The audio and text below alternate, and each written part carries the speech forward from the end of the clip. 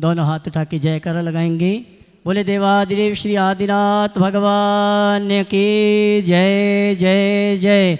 देवादिदेव श्री महावीर भगवान की जय जय जय। संत शिरोमणि गुरुवराचार्य श्री विद्यासागर जी महाराज की जय जय जय। नवाचार्य श्री समय सागर जी महाराज की जय जय जय। गुणैतन प्रणेता शंका समाधान भावना एक प्रवर्तक जन जन के संत प्रखर वक्ता बोले परम पूज्य मुनि श्री प्रमाण सागर जी महाराज की।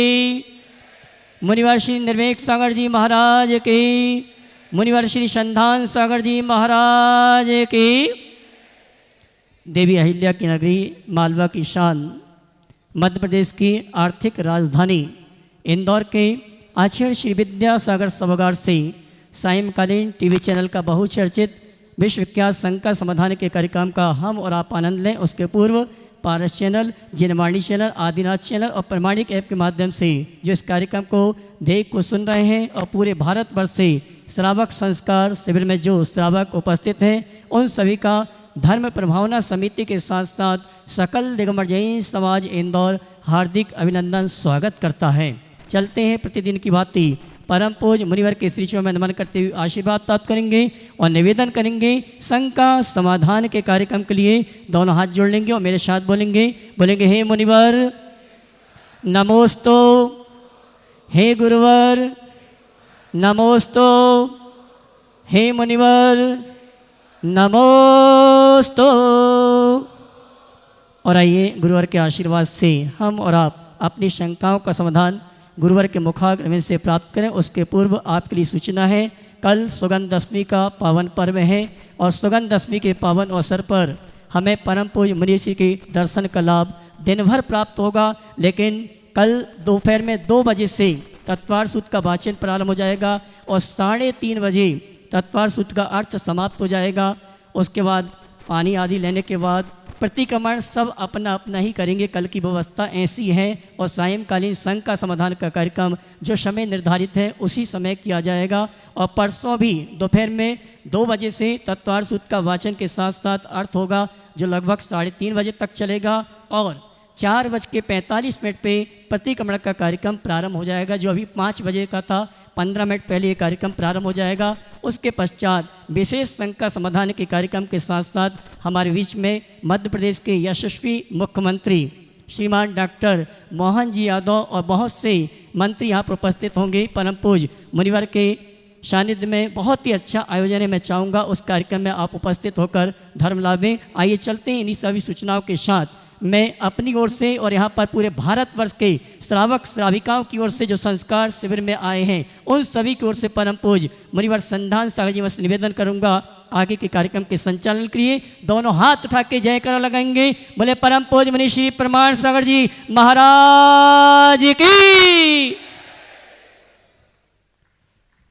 आज उत्तम सत्य धर्म का दिन, गुरुवर के चरणों में शंका समाधान।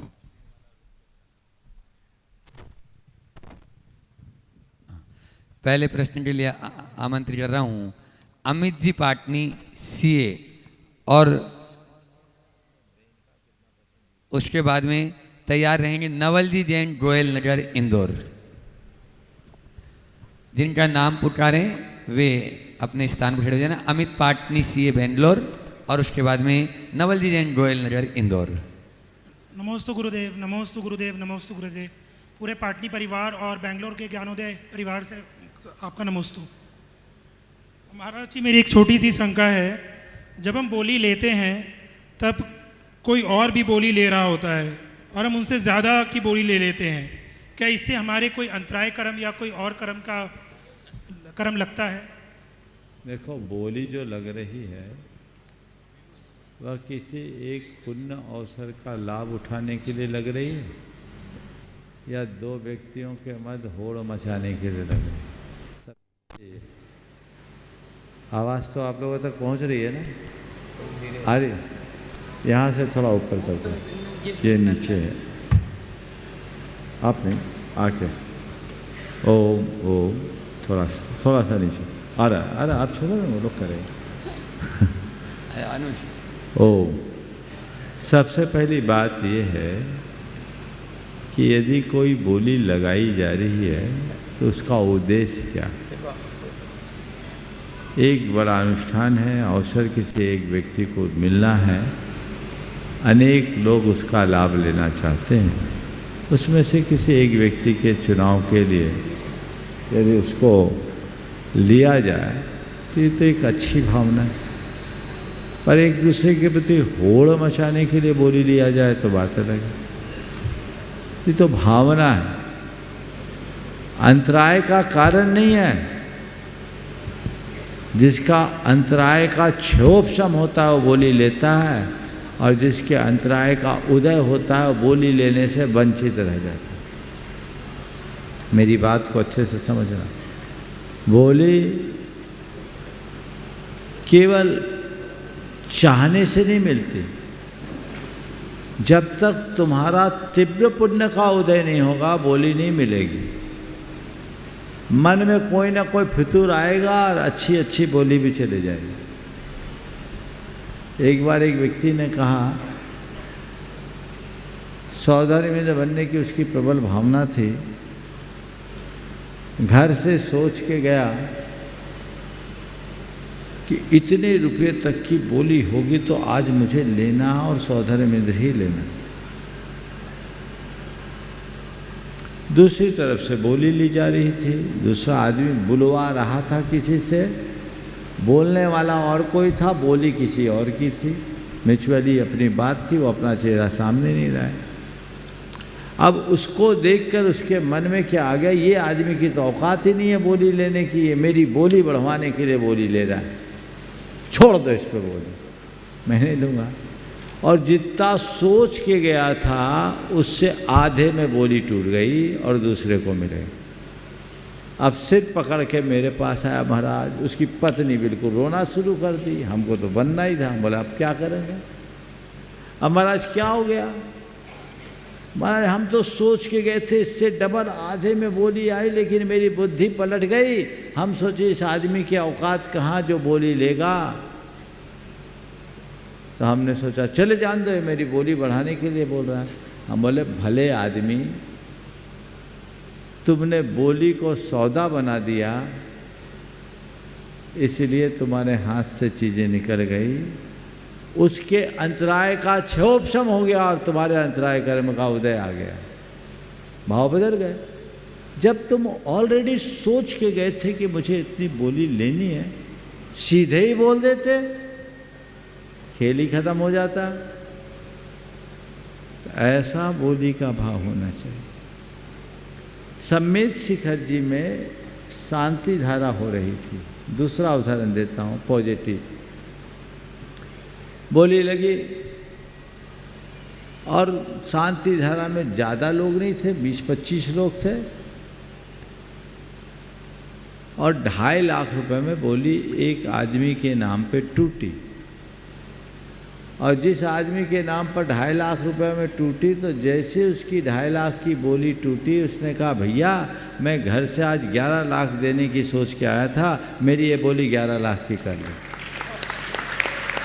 उसे 11 लाख अपने से कर दिया। तो ध्यान रखना, बनिया बोली नहीं ले सकता।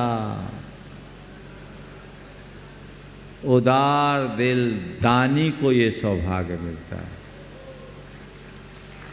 कभी कोई अच्छा कार्य हो, परंपरा है बोली की, और बोली के बिना निर्विवाद कोई व्यवस्था अगर बनती नहीं है, तो आप अपनी हैसियत के अनुसार जो सोच के जाओ वो कर ही दो। देखो एक तीसरा उदाहरण और दे देता हूँ। उत्तर थोड़ा बड़ा होगा, बहुत लोग तुम्हें कोसेंगे कि बहुत सारा समय तुम्हारे ही सवाल के उत्तर में चला गया, हम लोग वंचित रह गए। लेकिन ये संदेश लोगों तक जाना आवश्यक है, इसलिए मैं बोल रहा हूँ। श्री सम्मेद शिखर जी में 13 पंथी कोठी में जो नंदीश्वर जिनालय है, उसके कलशारोहण का कार्यक्रम था। 1965-66 के आसपास की बात। उसके कलशारोहण की बोली शुरू हुई साहू शांति प्रसाद जी की तरफ से बोली की शुरुआत हुई और दूसरी ओर से कोलकाता के एक साधारण किंतु समर्थ श्रावक थे सुगम चंद जी पांड्या, उनकी ओर से बोली बढ़ी। फिर क्या था, होड़ लग गई। अंततः 1,11,000 रुपये में वह बोली उस जमाने में साहू शांति प्रसाद जी के नाम से टूटी। जैसे ही साहू शांति सागर जी के नाम से वो बोली खुली, सुगम चंद जी ने 1,01,000 रुपये का चेक आयोजकों को सौंप दिया। ध्यान से सुनना, 1,01,000 रुपये का चेक सामने लाकर रख दिया और कहा कि मैं आज घर से सोच के निकला था कि लाख रुपए तक में अवसर मुझे मिलेगा तो मैं ये सौभाग्य प्राप्त करूंगा, पर ये पुण्य साहू जी का अधिक था, इसलिए कलश साहू जी ही चढ़ाएं। मैं बोली बढ़ाने के लिए नहीं बोली बोल रहा था, मुझे लाख रुपए देने थे, लाख रुपए मेरे मुख से निकल गए, अब वो मेरे लिए निर्माल्य हो गया। ये 1,00,000 रुपया मेरी ओर से स्वीकार करे।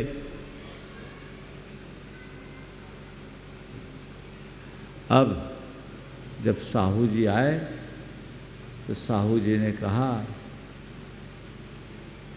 कि पांड्या जी आपने तो उत्कृष्ट उदाहरण प्रस्तुत किया है, आप ही कलश चढ़ा दो। बोले नहीं, समाज की मान्य परंपरा के अनुसार बोली द्वारा कलश चढ़ाने के पात्र आप हो, इसलिए आप ही कलश चढ़ाएंगे, मैं नहीं चढ़ाऊंगा। लोगों ने उनका सम्मान करना चाहा, उन्होंने कहा नहीं, मैं अपना सम्मान नहीं कराऊंगा, मैंने कोई सौदा नहीं किया, दान दिया है। कोई नमोकार जपता है तो क्या सम्मान होता है?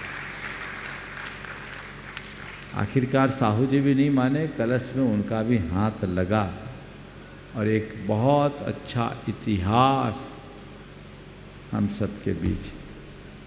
नेमीचंद पटोरिया की एक कृति है, कृति का नाम मैं भूल रहा हूँ, महावीर जी से प्रकाशित है, उसमें एक छपी भी नेमीचंद पटोरिया, छोटी सी किताब का नाम मैं भूल रहा हूँ, करीब 30 बरस पहले मैंने पढ़ा था, उसमें छपा। और जब मैं कोलकाता गया तो उनके परिवार के लोग मिले भी, महाराज जी जिस सुगम चंद जी पांड्या का नाम लेते, यही इनका मकान है कलाकार मंदिर, बड़े मंदिर के बाजू में, और ये कभी होते थे। तो ये आदर्श है, इसलिए कभी बोली लेना हो तो जो सोच के जाओ लगाओ। तो महाराज अगर बोली ले तो देना ही पड़ेगा, दे दो तो अच्छी बात है, न भी दो तो इसको अंतराय का उदय मानना कि मेरे अंतराय का उदय है, इसलिए मैं बोली से वंचित रह गया। सामने वाले के पुण्य का प्रबल योग था कि वो सौभाग्य पा गया। समझ गए? नमोस्तु गुरुदेव, नमोस्तु। नवल जी जैन गोयल नगर इंदौर, और उसके बाद में तैयार रहेंगे अलका प्रदीप जी जैन मुंबई गुणायतन ट्रस्टी। नमोस्तु महाराज जी, नमोस्तु। मैं नवल जैन 47 गोयल नगर इंदौर से। मेरा प्रश्न ये है महाराज जी कि दुनिया में लाखों मंदिर, चर्च, गुरुद्वारे एवं मस्जिदें हैं। हर मजहब के लोग ईश्वर से सुख शांति की मनोकामना करते हैं, करोड़ों रुपया दान दक्षिणा में खर्च करते हैं। धर्म के नाम से दुनिया में कई तरह के जतन और प्रयोग हो रहे हैं। इतना होने के बावजूद भी ये देखा जा रहा है कि दुनिया में अराजकता एवं शांति का माहौल है, अशांति का माहौल है। आपस में ईर्ष्या और आधिपत्य जमाने की भावना बढ़ती जा रही है। लोगों में विश्वास कम हो रहा और हीनता बढ़ती जा रही है, जबकि होना इसका उल्टा चाहिए। रामराज की कल्पना हम करते हैं, कितना होने के बाद तो रामराज होना चाहिए, पर ऐसा दिखाई नहीं दे रहा है। क्या हम धर्म दिखाने के लिए कर रहे हैं? नंबर 1, क्या आदमी अपनी औकात भूल गया है? महाराज जी देखिए, आपने जो बात कही, मैं आपकी बात से पूरी तरह सहमत नहीं होता। अराजकता, हिंसा, ईर्ष्या, विद्वेष और वैमनस्य ये अच्छी बात नहीं है। मानव मन में ये सब नहीं होना चाहिए। पर ये सब धर्म के कारण हो रहे ये मैं नहीं मानता। ये सब अधर्म है और अधर्मियों से हो रहे हैं। धर्मी तो शांति का संदेश वाहक होता है। धर्मी तो प्रेम और समरसता की प्रतिमूर्ति बनता है। यदि ये है तभी वो धर्मी है। नाम का धर्मी हो जाए तो कोई मतलब नहीं। अब आपका जो सवाल है वो कुछ मुझे इस तरह प्रतीत हो रहा है कि इतना धर्म करने के बाद भी इतना सब क्यों। तो मैं कहता हूँ ये मान के चलो थोड़ा धर्म हो रहा है तो फिर भी संभले, नहीं तो अभी तो आग लगी होती। कुछ लोग जो धर्मी हैं वो संभले हुए।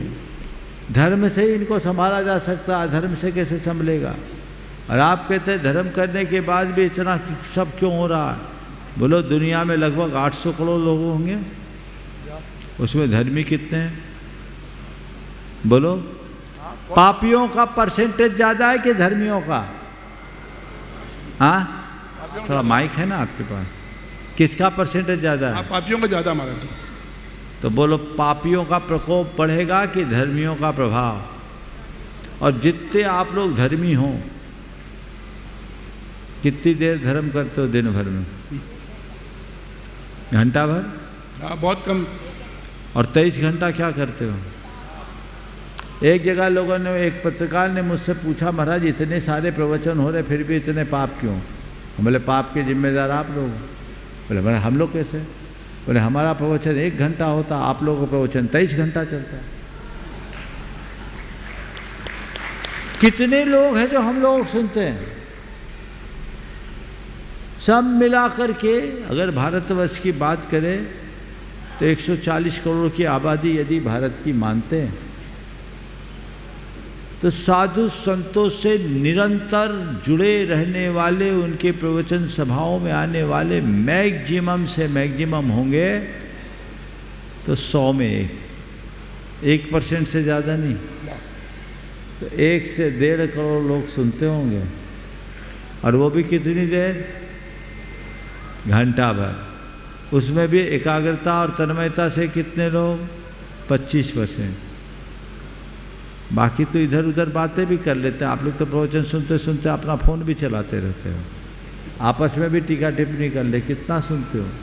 और 1 घंटा यहाँ जो सुन के गए, 23 घंटे मल्टीमीडिया के माध्यम से आप क्या देखते हो, क्या सुनते हो, क्या सीखते हो? बोलो प्रभाव किसका पड़ेगा?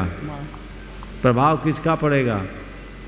उन्हीं का पड़ने वाला है जिसको हम जिसके तो साथ। आज की इस अराजकतापूर्ण अव्यवस्था का कारण धर्म नहीं, आज का वातावरण है। इस वातावरण को यदि बदला जा सकता है तो केवल और केवल धर्म के द्वारा। हाँ, लेकिन असली धर्म के द्वारा, धर्म के नाम पर किए जाने वाले संप्रदायवाद के विस्तार से नहीं, हृदय परिवर्तन से, आध्यात्मिक चेतना के जागरण से, आचार विचार और व्यवहार की पवित्रता से, जिसके लिए हमें एक व्यापक अभियान की आवश्यकता है। अलका प्रदीप जैन मुंबई बुणाईतन ट्रस्टी और अभय लुआड़ी जी बेगू बुणाईतन ट्रस्टी तैयार रहेंगे। नमोस्तु गुरुदेव। छुल्लक जी के चरणों में एक शामी। गुरुदेव, कल तत्वार्थ सूत्र में चतुराध्याय में हमने ज्योतिष विद्या के बारे में जाना था और ज्योतिष विद्या का महत्व समझा। लेकिन गुरुदेव एक और विद्या जो अभी विकसित हो रही है, नंबरों की, न्यूमरोलॉजी, अंकों के साथ वो भविष्य बताते हैं और व्यक्ति का स्वभाव बताते हैं कि 1 नंबर में अंक जन्म तिथि है तो व्यक्ति का स्वभाव ऐसा होगा, और इस तरह की चीज़ें, और नामों के अक्षरों में भी चेंज बताते हैं। और इस विद्या का काफ़ी प्रचलन हो रहा है, बड़े बड़े शहरों में भी लोग काफ़ी पैसा खर्च करके ये सब चीज़ें ले रहे हैं। तो गुरुदेव, इसका क्या महत्व है और इसका क्या होना चाहिए? देखिए, अंक ज्योतिष के नाम पर न्यूमरोलॉजी चल रहा है। ज्योतिष एक विद्या है, ज्योतिष एक विज्ञान है। पर एक बात ध्यान रखना, ज्योतिष की कोई भी एक विधा अपने आप में पूर्ण नहीं। जो ज्योतिष के सभी विधाओं को अच्छे से समझता है, उसमें पारंगत है, उसकी विद्या का ही कोई अर्थ होता है और उसका कोई लाभ है। न्यूमरोलॉजी का नंबर का कुछ कुछ संबंध होता है,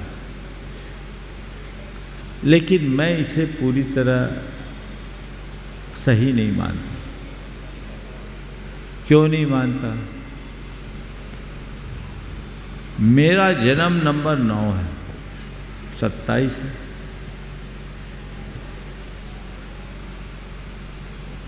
और जब हमारी किताब छप रही थी दिव्य जीवन का द्वार, उसमें 13 प्रवचन थे। लोगों ने कहा महाराज 13 अंक खराब है और आपके लिए तो और भी खराब।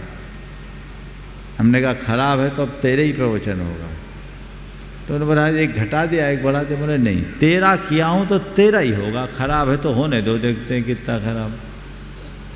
और आपको पता है मेरी अब तक की प्रकाशित 40-45 पुस्तकों में सबसे ज़्यादा अगर लोगों तक पहुंची है, प्रकाशित हुई है, तो वो पुस्तक है दिव्य जीवन का द्वार। 1997 से प्रकाशित हुई दिव्य जीवन का द्वार। 13 प्रवचन हैं और उसमें कुल 13 अध्याय। लेकिन लोगों ने उसे इतना सराहा, 2.5 लाख तक तो गिना गया था, उसके बाद तो काउंटिंग भी नहीं हुई कितनी। और ये बहुत पहले, जो एक बार पढ़ता है सबको पढ़ाने की कोशिश करता है। तो 13 अंक खराब होता है लोगों के लिए, पर मेरे लिए तो अच्छा है। तो जिस अंक को आप जिस तरीके से व्याख्यायित कर दो वैसे होता है। केवल अंक मिलाने से काम नहीं होता, जीवन का गणित बिठाने से काम होता है। अंक मिलाने वाले तो अंक ही मिलाते रहते हैं, गणित बिठाने की कोशिश करो। आज के समय में विभिन्न प्रकार की विद्याएं हैं, हर विद्या वाला अपनी विद्या को सर्वश्रेष्ठ कहता है। पर इसके संदर्भ में एक ही बात कहूँगा, एक ज्योतिषी था, वो तोते से लोगों का भविष्य बताता था। पिंजरे में तोते को रखता था और कोई आए तो तोते को पिंजरा से बाहर निकालता, तोता जिसका कार्ड निकालता उसी के अनुसार उसका भविष्य हो जाता। एक दिन 3:30 बज गए, बेचारे की बोहनी नहीं हुई। 3:30 बज गए, बोहनी नहीं हुई। उसने सोचा चलो आज मैं अपना भविष्य जान लूँ, अपना भविष्य जान लूँ। उसने तोते को पिंजरे से खोला, पिंजरा से तोता बाहर निकला। उसने कार्ड उठाया, कार्ड पे लिखा था बेईमानी का धंधा बंद करो। समझ गया? इसलिए ज़्यादा चक्कर में मैं नहीं पढ़ता। चल नमोस्तु महाराज, नमोस्तु। अभय जी लोहाड़िया बेडू ढूंढाइतन ट्रस्टी, उसके बाद सावंत जी पाटनी इंदौर तैयार रहे। प्रश्न बोले बेडू वाले, हाँ पहले से माइक पहुंचा दें और आप खड़े हो जाएं, अगले वाले खड़े हो जाएं। सावंत जी वहाँ तक माइक पहुंचाओ। परम पूज्य गुरुदेव के श्री पावन चरणों में नमोस्तु नमोस्तु नमोस्तु। इच्छामि इच्छामि इच्छामि।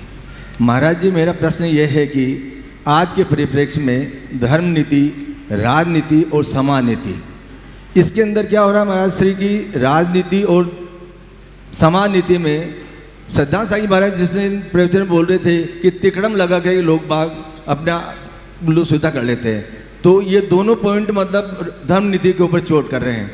धर्म नीति से मेरा एक संबंधित प्रश्न ये है महाराज जी कि अभी यहाँ पे शिवरात्रि आए हैं, हम भी उसी में हैं, मात्र 5100 रुपया उसमें रखा है, जबकि कमेटी ने खर्चा सब कर रही है।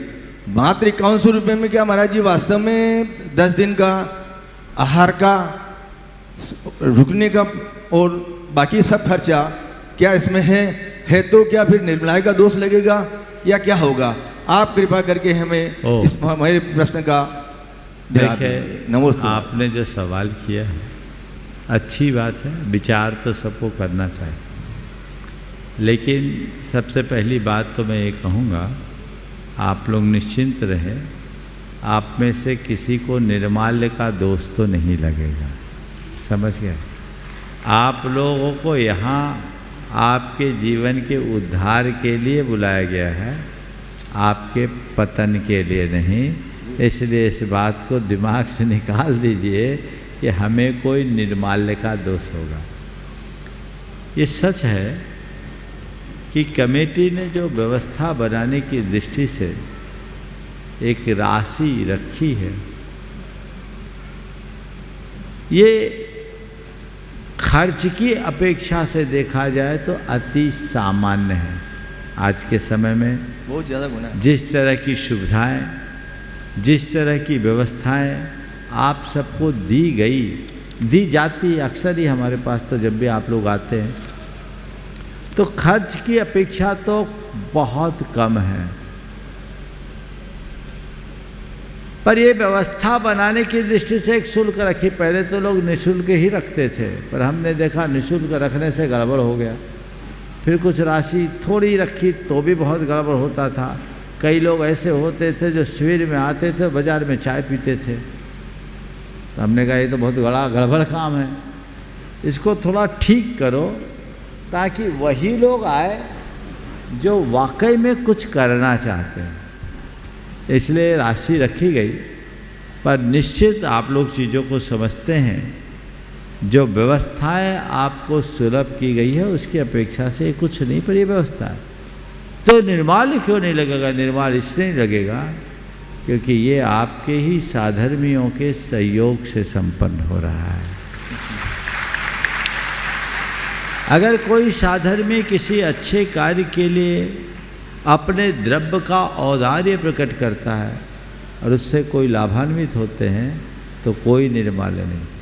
और इस बार तो यहाँ की कमेटी ने एक और अच्छा आदर्श प्रस्तुत किया कि जो शांति धारा की बोली होती है, धर्म प्रभावना समिति ने पहले दिन घोषित कर दिया था कि महाराज जी हम शांति धारा की सारी राशि को देव द्रव्य मानेंगे और एक पाई धर्म प्रभावना समिति उसका खर्च नहीं करेगी।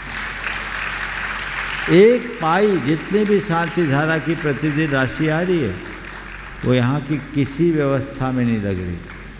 यही काम गुनायतन में भी होता था। मुझे बहुत प्रसन्नता है कि ये बिना कहे इन लोगों ने किया और ये अनुकरण सब जगह होना चाहिए। और इस चातुर्मास की तो और विशेषता है कि मुख्य रूप से 9 लोगों ने ही सारी व्यवस्थाओं को किया और सारा काम कर दिया। और ये पूरी व्यवस्था मुख्य यजमान हुए और नवरत्न बने, सारे काम हो गए। यहाँ शिविर की व्यवस्थाओं में भी लोग योगदान दे रहे हैं और काम हो रहा है। आप लोगों को क्या करना चाहिए? आयोजकों को हर जगह ऐसी परंपरा विकसित करनी चाहिए और प्रतिभागियों को चाहिए कि वो अपनी शक्ति और सामर्थ्य के अनुसार बिना मांगे अपना जो कंट्रीब्यूशन दे सके दे, ताकि कल कहीं की समाज प्रमाण सागर जी का चातुर्मास करने की बात आए तो हिम्मत रख सके। अरे भैया महाराज का चौमासा कराना है तो वो तो बहुत 5 स्टार चातुर्मास होता है, उसमें तो इतना लगता है, इतना लगता है, उतना लगता है। लेकिन मैं भक्तों से कहना चाहता हूँ तुम लोगों को ये दिखा देना और दिखाते ही हो कि प्रमाण सागर जी के चातुर्मास में जितना लगता है उससे 50 गुना आता है। अपनी इच्छा से देखे जाना चाहिए। क्यों? ये मेरा योगदान है। किसी भी धर्म क्षेत्र में किसी भी साधु संत के समागम के समय आयोजकों को व्यवस्था 1 नंबर की करनी चाहिए, अपेक्षा शून्य रखनी चाहिए और लाभुकों को जितनी व्यवस्था उन्होंने पाई है उससे ज़्यादा अपना औदार्य दिखाना चाहिए ताकि ये परंपरा बनी रहे और आगे बढ़ते रहे। हालांकि यहाँ आप लोगों से इन लोगों की कोई अपेक्षा नहीं है, पर आप जैसे प्रबुद्ध, जागरूक भक्तों के द्वारा ये सवाल उठाना बहुत अच्छा संदेश है। इसलिए हमें धर्म प्रभावना के कार्य में यथासंभव जब कभी मौका आए सहयोग देना चाहिए। और किसी भी समाज की बात कहता हूँ, आयोजकों की बात कहता हूँ, उन्हें चाहिए कि उदारता से काम करे, पैसा बचाने के लिए कोई काम न करे, प्रभावना को ध्यान में रख कर के काम करे। प्रभावना के लिए काम कर रहे हैं हम, पैसा जोड़ने के लिए काम नहीं करें। मानसिकता बड़ी होनी चाहिए। हमारा लक्ष्य धर्म प्रभावना का होना चाहिए, और धर्म की प्रभावना होगी तो पैसा बरसेगा, चिंता करने की कोई बात नहीं। और जो पैसा आए उसका सदुपयोग करना चाहिए, और समय पर हिसाब किताब करके सारा लेखा जोखा लोगों के बीच तक प्रस्तुत हो जाना चाहिए। ऐसी स्वस्थ परंपरा यदि देश में विकसित हो जाए तो कहीं कोई दिक्कत नहीं। ये बात मैं इसलिए कह रहा हूँ कि आप व्यवस्थाएं ऐसी रखो कि किसी को आने में संकोच ना हो। अरे भाई वहाँ चलने की बात है, सोचना ही नहीं, वहाँ तो सब हो जाएगा। ये व्यवस्था होनी चाहिए। अरे भाई गए थे पिछली बार तो कोई तो पानी कोई नहीं पूछा। अगर ऐसी झांकी कहीं प्रस्तुत हो गई तो दिक्कत हो जाएगी। मैं चाहूँगा एक बार यहाँ की कमेटी के लिए जोरदार करता धन्यवाद। अभी मुझे बता के गए अमित भाई कि महाराज 3 भोजनशाला चल रही और 5000 से अधिक लोग प्रतिदिन भोजन कर रहे हैं। शिवरार्थी भले 2000 निःशुल्क, वो तो है ही। शिवरार्थी भले 2000 हैं, लेकिन दर्शनार्थी और यहाँ पर वे लोग जो पढ़ रहे हैं, हॉस्टल्स में रह रहे हैं, 10 लाख हैं। यहाँ की कमेटी ने उदारता दिखाते हुए उन्हें भी शुद्ध भोजन उपलब्ध करा। तो भावना तो होनी चाहिए। बहुत नमोस्तु महाराज जी। सावन जी पाटनी इंदौर, और उसके बाद में तैयार रहेंगे पूजा जी छाबड़ा जलगांव महाराष्ट्र। सावन जी पाटनी का प्रश्न बहुत बड़ा है, यदि छोटा हो जाता तो अच्छा रहता। बोले हाँ। महाराज जी के चरणों में नमोस्तु नमोस्तु नमोस्तु। छुल्लक जी के चरणों में इच्छामी इच्छामी इच्छामी। महाराज श्री, निर्माल्य का उपयोग श्रावक के लिए निषेध माना गया है। मंदिर जी में चढ़ाई गई द्रव्य सामग्री को भी चढ़ जाने के बाद में निर्माल्य माना जाता है। महाराज श्री, मुझे किसी ने कहा नहीं, ना किसी ने प्रेरित किया है, मगर विगत कई वर्षों से मैं एक मंदिर जी से व्यास के द्वारा जो द्रव्य सामग्री बाजार में बेच दी जाती है, जिसका अन्य उपयोग होता है, और उसके बहुत सारे दुरुपयोग भी देखे गए हैं कि वैसे दुरुपयोग भी उसके किए जाते हैं। महाराज श्री, मन में कहीं दुख होता है, इसलिए मैं विगत कई वर्षों से वह द्रव्य सामग्री खरीद लेता हूँ और खरीद कर पक्षियों को दाने के स्वरूप में मैं डाल देता हूँ। ऐसा मैं कई वर्षों से कर रहा हूँ। श्रीमती को भी मैंने कहा है कि मंदिर से जो आप पूजन करते हो वो द्रव्य ले आओ और मुझे सुखा कर दे दो, तो मैं पक्षियों को दाने के स्वरूप में डाल दूंगा। महाराज जी, मेरे केवल 2 प्रश्न है कि क्या मैं ये जो कार्य कर रहा हूँ उसका मुझे कहीं दोष लगेगा, क्योंकि निर्माल्य हो चुका है। और दूसरा प्रश्न मेरा ये है महाराज जी कि क्या ऐसा कुछ हो सकता है कि आपके मुखारबिंद से कुछ ऐसे शब्द निकलें कि मंदिर के बड़े बड़े जिनायलों के पदाधिकारीगण और ट्रस्टीगण ऐसी कुछ इसकी सुव्यवस्था बना दें जिससे कि कभी इसका दुरुपयोग ना हो। महर्षि, ऐसा कुछ आप देखिए, 10 लक्षण के मौके पे आपने बहुत ही प्रासंगिक सवाल खड़ा किया। यद्यपि इस विषय में मैंने अनेक बार मार्गदर्शन दिया। आप लोग मंदिर जी में पूजन करते हैं, भाव भक्ति के साथ द्रव्य चढ़ाते हैं और पुण्य अर्जित करते हैं, लेकिन इसके साथ कहाँ पाप के भागी बन जाते हैं प्रायः आपको आभास ही नहीं हो। जब मैं उदयपुर में था, दिल्ली से एक भाई आया, इसी मंच से उसने एक बात कही कि महाराज जी, मंदिर में जो द्रव्य सामग्री चलती है बाज़ार में बिकती है और उसके साथ बिरयानी खाई जाती है। महाराज मेरा मन हिल गया, मैं क्या करूं, इसको कैसे रोका जाए। वही भाव आज आपने प्रकट किया। तब मैंने पूरी समाज के बीच एक आह्वान किया था कि मंदिर में चढ़े हुए द्रव्य सामग्री का क्या उपयोग होना चाहिए। मंदिर में चढ़ने वाली द्रव्य सामग्री का विक्रय करके व्यास को देना, व्यास के द्वारा विक्रय करना, ये महापाप है। वो तो ऐसे ही लोगों को देगा, अथवा खोमचे वाले लेंगे जहाँ आपके डोसे इडली उससे बनेंगे, और हो सकता घूम फिर करके आपके ही पेट में आ जाए, क्योंकि खरीदने वाले लोग भी पहले से तैयार रहते हैं। इतनी भारी मात्रा में जो द्रव्य सामग्री चढ़ती है वो कहीं ना कहीं तो कंज्यूम होगी। ये घोर पाप है। शास्त्रों में क्या लिखा है?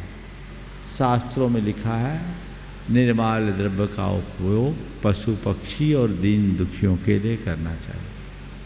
मैंने जब उदयपुर में इसका आह्वान किया तो उदयपुर के मंदिर के लोगों ने, खासकर टाया जी ने जिस मंदिर में हमारा चातुर्मास था, और कुंथु कुमार जी, केशव नगर, अशोक नगर और नेमी नाथ मंदिर सेक्टर 3 के मंदिर से इसकी शुरुआत हुई। वो लोग पूरे द्रव्य सामग्री को पक्षियों के लिए खिलाते हैं। तोते बादाम फोड़ फोड़ करके खाते हैं। सैकड़ों की तादाद में तोते आदि पक्षी आते हैं। लौंग को छनवा कर उसका अर्क निकाल करके धर्मार्थ औषधालयों में पहुंचा देते हैं, जो दवाइयों के काम में आते हैं। और ये प्रयोग निरंतर 2017 से आज तक चल रहा है। देश के कई जिनालियों में ऐसा हो रहा है। माली को तनख्वाह दीजिए। यदि आप माली को यह कहकर रखते हैं कि 5 किलो बादाम चढ़ता है, तो आपने निर्माल्य का मूल्यांकन कर लिया। और ये द्रव्य अगर बाजार में बिक रहा है और उसके साथ अभक्ष्य भक्षण हो रहा है, तो आप सबसे पहले मंदिर के व्यवस्थापक पाप के भागी हैं, और फिर प्रत्यक्ष परोक्ष रूप से जो पूजा कर रहे वो भी पाप के भागी। बहुत सारे लोग तो मुझे सुनने के बाद मंदिर में अपना पूजन करते हैं, अपने द्रव्य को उठाते हैं, बाहर गाय को खिला देते हैं। बादाम की जगह बादाम की गुली चढ़ाना शुरू कर दिया। आप कोई भी सामग्री चढ़ा सकते हैं जो पशु पक्षियों के उपयोग में आ जाए। ऐसी चीज़ों को चढ़ाएं जिससे इसका परिवर्तन हो। और हमने तो जब बड़े बड़े पूजन विधान आदि होते हैं तो ऐसी व्यवस्था बना दी कि जो द्रव्य सामग्री चढ़ती है उस द्रव्य सामग्री को जो कैटल फीड बनाते हैं, पशु विहार बनाते हैं, उनके पास दे दिया जाए, और उसकी जो राशि आती है वह सब जीव दया के लिए समर्पित कर दिया जाए। सम्मेत शिखर जी से कटनी तक भेजा ट्रकों में भरकर।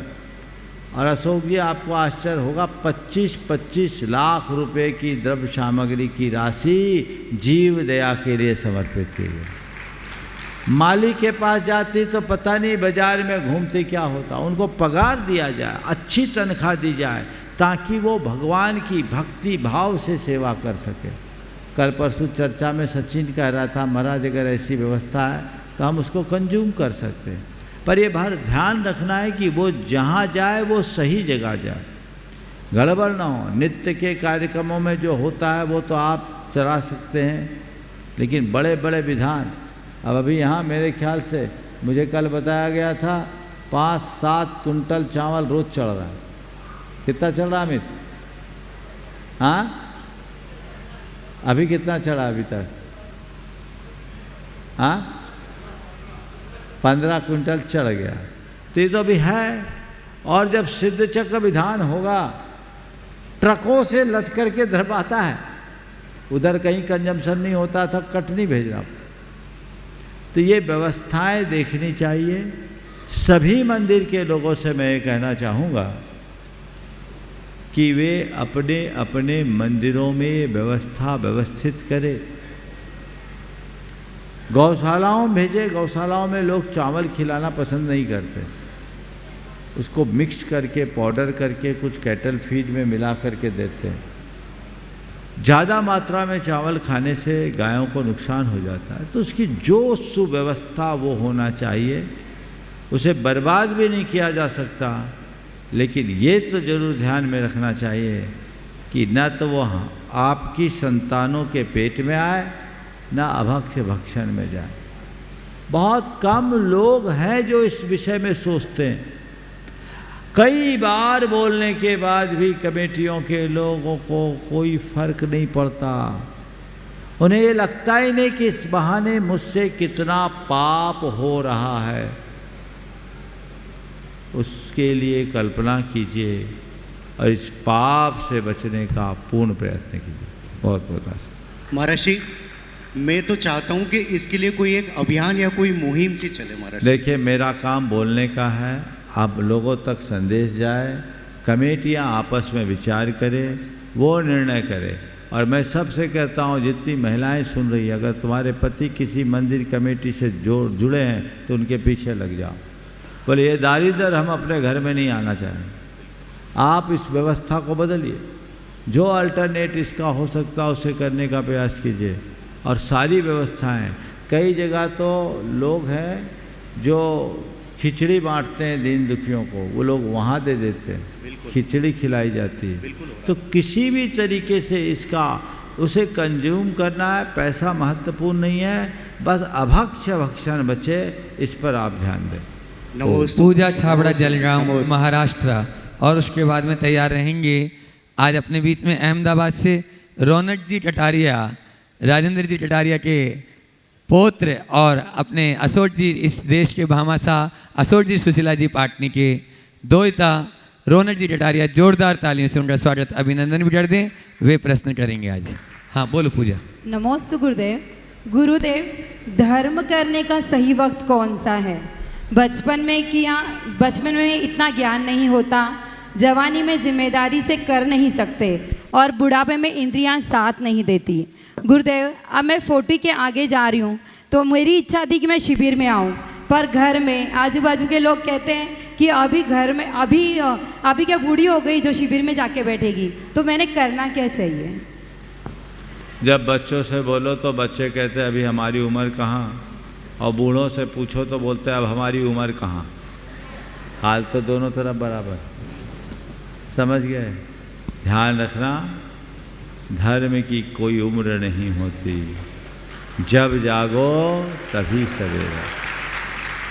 हम बुढ़ापे में देखेंगे ऐसा कहने वालों से मैं पूछता हूँ, बुढ़ापे में देखेंगे ऐसा कहने वालों से मैं पूछता हूँ, बुढ़ापा देखोगे इसकी गारंटी है क्या?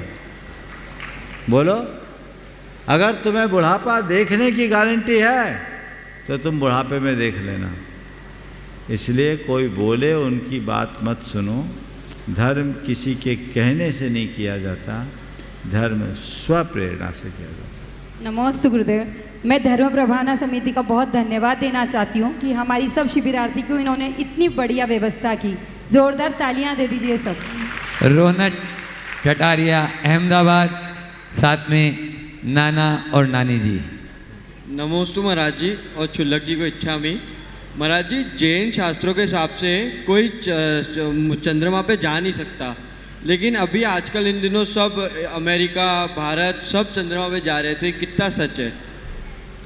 बहुत अच्छा सवाल है। परसों के दिन मैंने इस पर प्रकाश डाला था तत्वार सूत्र में। देखो, खगोल भूगोल की बात जब हम करते हैं तो जो हमारे शास्त्रों में लिखित है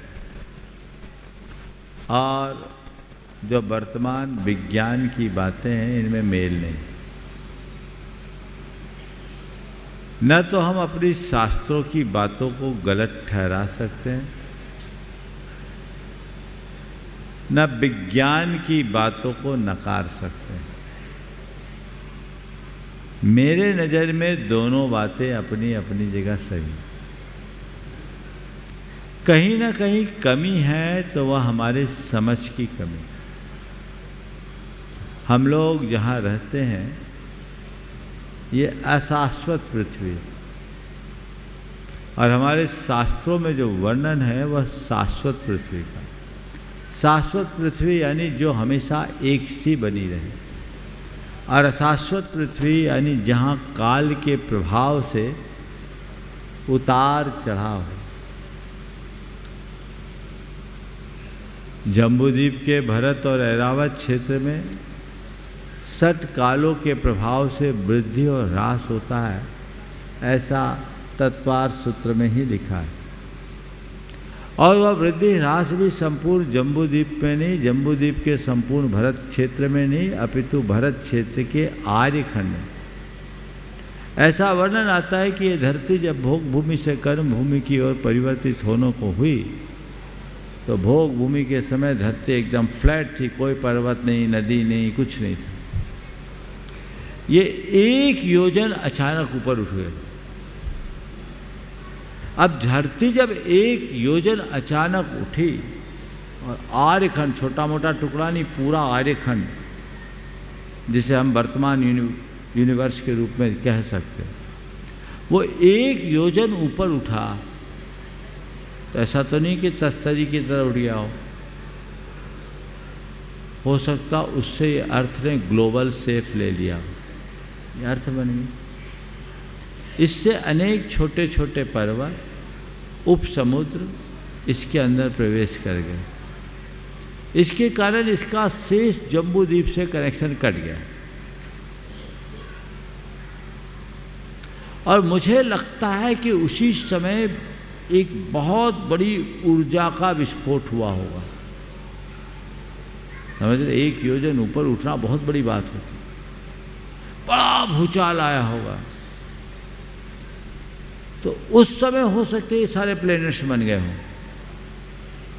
मैं केवल एक चिंतनात्मक बात कह रहा हूँ, शास्त्र में ऐसा कहीं नहीं लिखा, पर ऐसी संभावना मुझे दिखती है।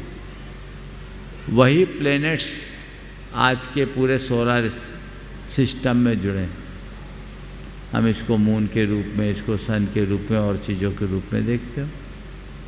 और ये असंख्य वर्ष पहले की बात है, 1 कोड़ा कोड़ी सागर पूर्व की बात, और उससे ज़्यादा। तो ये चीज़ें वैसी हो गई हो, और जो साइंटिस्ट कहते हैं अर्थ की उत्पत्ति इस समय हुई, हो सकता है ये उसी अर्थ से संबद्ध हो। पर हमारा दुर्भाग्य है कि हमारे शास्त्र आज हमारे पास सुलभ नहीं है, सूचनाएं हमारे पास बहुत सीमित हैं। जितने शास्त्र हमारे पास हैं हम उनसे ही व्याख्या से बंधे, पर जो बातें प्रत्यक्ष है उसको नकारना कतई उचित नहीं कहा जा सकता। इसलिए मैं तो ये कहता हूँ, जो आज चंद्रयान पहुँचा है हमें उसका भी स्वागत करना चाहिए, और हमारे शास्त्रों में जिस चंद्रमा की बात की है उसे भी स्वीकार करना। नमस्ते महाराज जी। पाटनी जी, उसके बाद में सचिन जी जैन भोपाल तैयार रहेंगे। नमस्ते महाराज श्री चुल्लक जी को इच्छामी। महाराज श्री, मेरे जो दादाजी थे, आज सत्य धर्म है, तो सत्य धर्म के बारे में मैं एक बात आपको बताना चाह रहा हूँ। मेरे जो दादाजी थे, आज के 50 साल पहले हमने जब काम चालू किया, व्यापार चालू किया, तब उन्होंने एक सूत्र दिया मुझे को कि सच बोल पूरा तोल, सच बोल पूरा तोल, जग में कहीं भी डोल। और सच बोल पूरा तोल, जग में कहीं भी डोल, कहीं भी डोल, ये सूत्र दिया। और उस सूत्र का हमने पूरा ध्यान रखा। तो आज हमारे जो उन्नति हुई है, उस उन्नति में उस सूत्र का बहुत बड़ा योगदान है। और मैं लोगों को कहता हूँ, 2 बातें बताता हूँ लोगों को, जो सीखते हैं उनको बताता हूँ। उसमें जो बता रहा हूँ वो सही बता रहा हूँ या गलत बता रहा हूँ, इसका मेरा ये क्वेश्चन ये है। तो मैं 2 बातें क्या बताता हूँ, उनको ये बताता हूँ कि झूठ है ना, झूठ के पैर नहीं होते हैं, वो भाग नहीं सकती, वो पकड़ी जाती है। तो झूठ बोलोगे तो पकड़ी जाएगी। और दूसरी बात बोलता हूँ कि सच बोलने वाले को नींद बहुत अच्छी आती है, क्योंकि उसको कुछ याद नहीं रखना पड़ता है।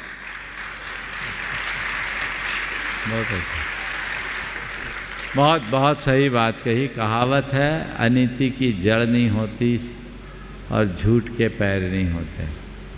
आपने बहुत अनुभवपूर्ण बातें कही है। काश इंसान इन बातों को अपना ले तो उसके जीवन का काया पलट हो जाए।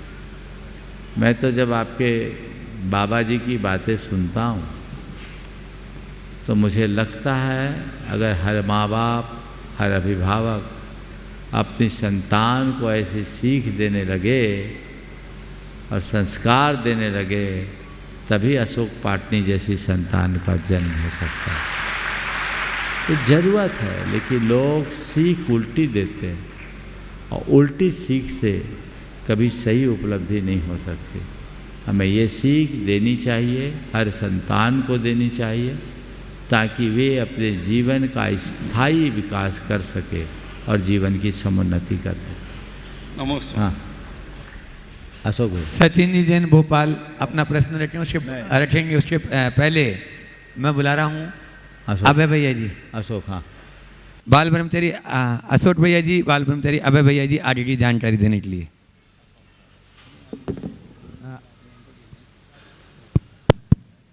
हाँ, आइएगा बंधुओं।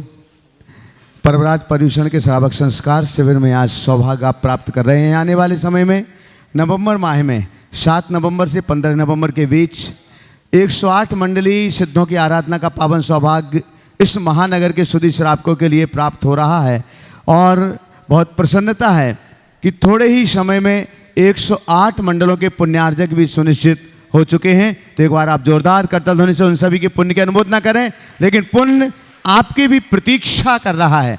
आप अभी भी अपना पुण्यार्जन कर सकते हैं। आप अपने नाम मंडल पुण्यार्जक में लिखा सकते हैं वेटिंग लिस्ट के रूप में। अगर कोई भी परिवार का मंडल कैंसिल होता है तो प्राथमिकता के तौर पर आपकी वेटिंग लिस्ट आगे बढ़ेगी और आपके लिए यह सौभाग्य प्राप्त होगा। एक मंडल पुण्यार्जक के लिए 3,51,000 रुपये की राशि सुनिश्चित है, जिसमें आपके परिवार के 12 सदस्य, 12 साथी पुण्यार्जन का सौभाग्य प्राप्त करेंगे। समिति की ओर से वस्त्र, आवास, पूजन एवं भोजन की संपूर्ण व्यवस्थाएं की गई हैं। बंधुओं, इंद्र इंद्राणी के रूप में अगर आप परिवार के साथ में नहीं कर सकते हैं, अगर आप अपने जोड़े के साथ इंद्र इंद्राणी के रूप में सौभाग्य प्राप्त करना चाहते हैं तो उसके लिए 21,000 रुपये की राशि सुनिश्चित की गई है। उसमें समिति की ओर से वस्त्र, भोजन और द्रव्य सामग्री की सुविधा आपके लिए दी जाएगी। आवास की व्यवस्था बाहर वालों के लिए भी नहीं है और यहाँ वालों के लिए भी नहीं है। हालांकि मुझे जो सूचना मिली है, मेरे पास भी जो संपर्क आ रहे हैं, इंदौर महानगर के लोग तो अपने नाम लिखा ही रहे हैं, लेकिन बाहर के, इंदौर महानगर से बाहर के लोग भारी संख्या में अपनी राशि भी जमा करा रहे हैं और अपना नामांकन भी इंद्र इंद्राणी के रूप में करा रहे हैं। मैं एक बार अनुरोध करना चाहूँगा, ये बड़ा सौभाग्य आपके घर में ये आयोजन हो रहा है और विश्व क्षितिज पर ऐसा पहला कार्यक्रम होगा जब 108 रथ यात्राएं सिद्धों की आराधना के बाद 108 मंडली विधान तो पहले भी हो चुका है, सम्मेद सकल जी में हुआ, लेकिन पहली बार विधान के बाद 108 रथ यात्राएं जिसके साक्षी आप बनेंगे, आपके हस्ताक्षर उस पर होंगे। मैं और मेरा परिवार उस अनुपम दृश्य का साक्षी था जो विश्व के कीर्तिमान के रूप में था। तो मैं एक बार पुनः आपका आह्वान कर रहा हूं, इंदौर महानगर में रहने वाले खासकर लोगों का, कि आप आलस्य छोड़ें। आपके लगभग 12 से 15 हजार परिवार यहाँ रहते हैं, उसमें से सिर्फ 1,000 परिवार के लिए ये मौका है, ये अवसर है कि इंद्र इंद्राणी के रूप में आप उस विधान का पुण्यार्जन कर सकेंगे। एकल के रूप में भी व्यवस्थाएं बनाई जा रही हैं और एकल के रूप में क्या व्यवस्थाएं होंगी, इनकी घोषणाएं हम आने वाले दिनों में करेंगे। अभी सिर्फ जोड़ी के रूप में इंद्र इंद्राणियों के लिए व्यवस्थाएं बनाई गई हैं। बंधुओं, जैसे कि आपसे कहा गया था, महाराज जी का संपूर्ण साहित्य जो लगभग 40 से 42 पुस्तकों का पूरा सेट है, आप आने वाले 1-2 दिन के बाद त्याग धर्म है, उस दिन आपके इन सारे नामों की घोषणा है। हमारी कोशिश ये है, हमारी इच्छा भी है, हमारा अनुरोध भी आपसे ये है कि आप अपने परिवार की ओर से कम 100 सेट ऐसे जगहों पर रखवाएं जहां ज़्यादा से ज़्यादा लोग इसका पाठन कर सकें। उन परिवारों में, उन समाजों में वैचारिक रूप से परिवर्तन हो, आचरण के रूप में परिवर्तन हो, महाराज श्री की दिव्य वाणी को पढ़ करके, सुन करके। और 5100 रुपये एक सेट के लिए कीमत रखी गई है। अगर आप 100 सेट रखाते हैं तो लगभग 5 लाख रुपए की राशि होती है। लेकिन जो लोग इतने बड़े नहीं रखना चाहते, पूरा सेट नहीं ले सकते हैं, तो महत्वपूर्ण 4 पुस्तकें महाराज श्री की अभी तक 10 धर्म पर 3 पुस्तकें निकल चुकी हैं। 4 बातें भाग 1, धर्म जीवन का आधार, और साथ ही साथ धम्मम शरणम पब्बजामी। ये पुस्तकें जो तीनों पुस्तकें जो 10 लक्षण पर्व की हैं 300 रुपए की हैं, लेकिन कल ये आपके लिए मात्र 100 रुपए में तीनों पुस्तकें उपलब्ध होंगी। और 16 कारण भावना पर जो उनके प्रवचन हुए, बहुत मौलिक प्रवचन 16 कारण भावनाओं पर जो हुए हैं, वो जीवन विकास की राह जो 200 रुपए की पुस्तक है, और कल मात्र आपको 50 रुपए में उपलब्ध होगी। महाराज श्री की ये 4 पुस्तकें, पर्वराज पर्यूषण की 3 पुस्तकें और 16 कारण 16 हम बोलेंगे थोड़ा सा कि महाराज श्री जी की अभी 10 लक्षण में आप लोग रोज 4 बातें सुन रहे हैं, और वैसे भी फेमस है 4 बातें।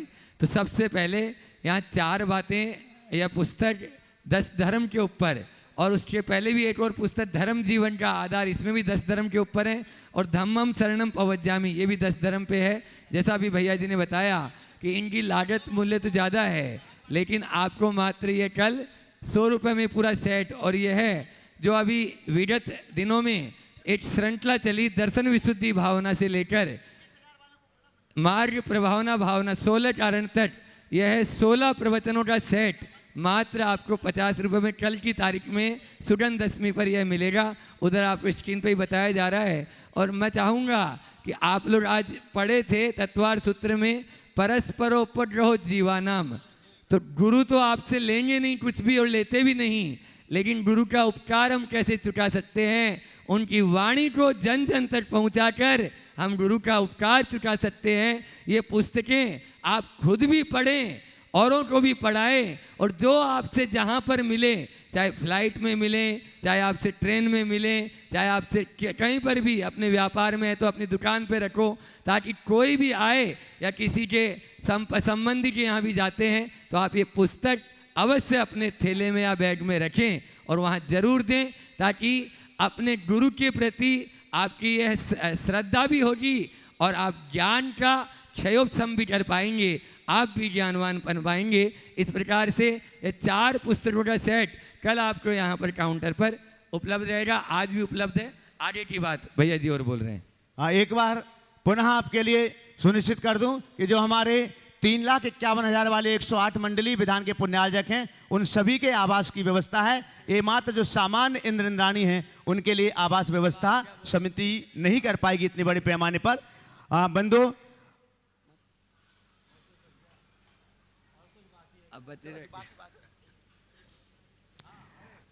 महाराज जी के चरणों में प्रार्थना करता हूँ। कल और परसों का कार्यक्रम तो आप लोगों को बोलना था, वो तो रह ही गया। कल संयम धर्म कलश दशमी का परसों वाला, परसों का मुख्य कल कलश दशमी है, धूप दशमी जिसे हम कहते हैं। कल इंदौर का अलग माहौल होता है और लोगों के बीच ये आम धारणा है कि महाराज श्री का दर्शन नहीं हो पाता है, द्वार बंद रहते हैं। तो मैं चैनल के माध्यम से जो लोग यहाँ उपस्थित हैं वे भी, और इस चैनल के माध्यम से जो घरों पर सुन रहे हैं उन सब के लिए भी, कि कल महाराज श्री का दर्शन 2 बजे से सायं 7 बजे तक सुलभ रहेगा।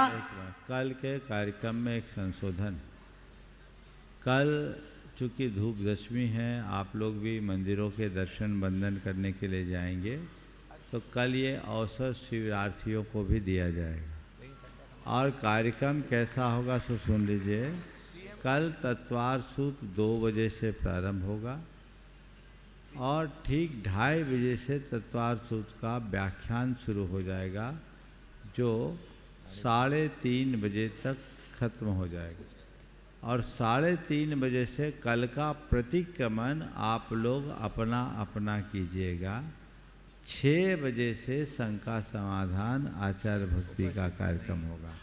तो कल ये 3:30 से 6 बजे तक का बीच का गैप रहेगा, बाकी कार्यक्रम का आप उसी हिसाब से समायोजन करिएगा।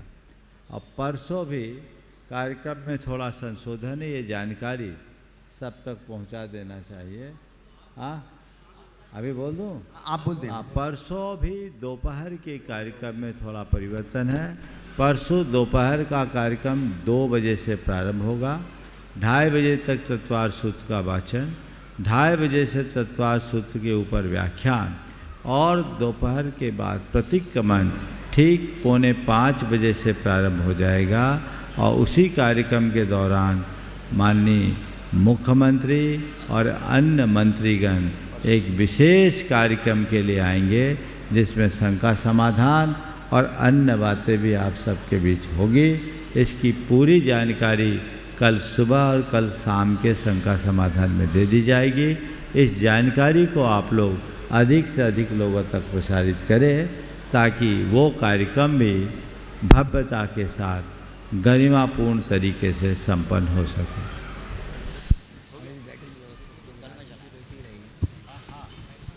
हाँ, कल बता देंगे। एक सूचना विशेष 12 और 13 तारीख को तो टेस्ट का आयोजन पूरे इंदौर में चल रहा है, लेकिन 14 तारीख को इसी कैंपस में अनुज लाइफ स्टाइल संबंधी बीमारियों से बचाने के लिए 14/9/2024 को आपके लिए पूरे दिन हेल्थ आप इंदौर और हेल्थ आप जैन समाज का दिन रहेगा। इस दिन सुबह 9 बजे से शाम 4 बजे तक आप सबका संपूर्ण हेल्थ चेकअप रहेगा, जो इसी कैंपस में संपन्न होगा। इससे आपकी रिपोर्ट तो आपके पास आएगी ही, साथ ही यह रिपोर्ट चार्ट के रूप में हमारे पास भी आएगी। मुझे आप लोगों की हेल्थ सुधारने के लिए और मुनिवर के मुखाग्नि से क्या करना चाहिए, ये जानकारी आप तक पहुंचेगी। शाम 5:30 बजे सीएम की इस प्रोग्राम में शामिल होंगे। आप सभी को यह जांच अवश्य करानी चाहिए। और ये कैंप 14 तारीख को प्रातःकाल 9 बजे से शाम को 4 बजे तक इसी कैंपस में मोहताब परिवेशन में लगाया जाएगा। इसलिए हम चाहेंगे सभी ये टेस्ट अवश्य कराएं और रिपोर्ट भी आपके मोबाइल में आ जाएगी और संपूर्ण रिपोर्ट यहाँ पर आएगी। उसके पश्चात आपकी रिपोर्ट में क्या आया हो, क्या खाना चाहिए, क्या नहीं खाना चाहिए, ये मुनिवर के मुखाग्नि से आप तक प्रेषित किया जाएगा। ये 14 तारीख को टेस्ट का कार्यक्रम 9 बजे से प्रारंभ होगा। आइए इन्हीं सभी सूचनाओं के साथ मैं आमंत्रित करूंगा हमारे यमुना जी पहाड़िया कोलकाता वे आए सायंकालीन आरती संपन्न करावें। सचिन जैन भोपाल का प्रश्न सुरक्षित है। सचिन जैन भोपाल, हाँ आपके प्रश्न अच्छे रहते हैं, लेकिन शिविर में एक ही दिन। चलो मुन्ना जी शुरू करें। जो बोलना पहले बोल दीजिए, जो बोलना पहले बीच में।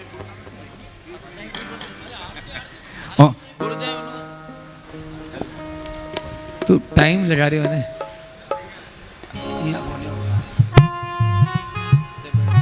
बाजे छम छम छम, बाजे छम छम छम, छमा छम बाजे घुंघरू। थोड़ा सा आवाज बढ़ाओ। बाजे छम छम छम, छमा छम बाजे घुंघरू, बाजे घुंघरू। हाथों में दीपक लेके आरती करो। बाजे छम छम छम, छमा छम बाजे घुंघरू।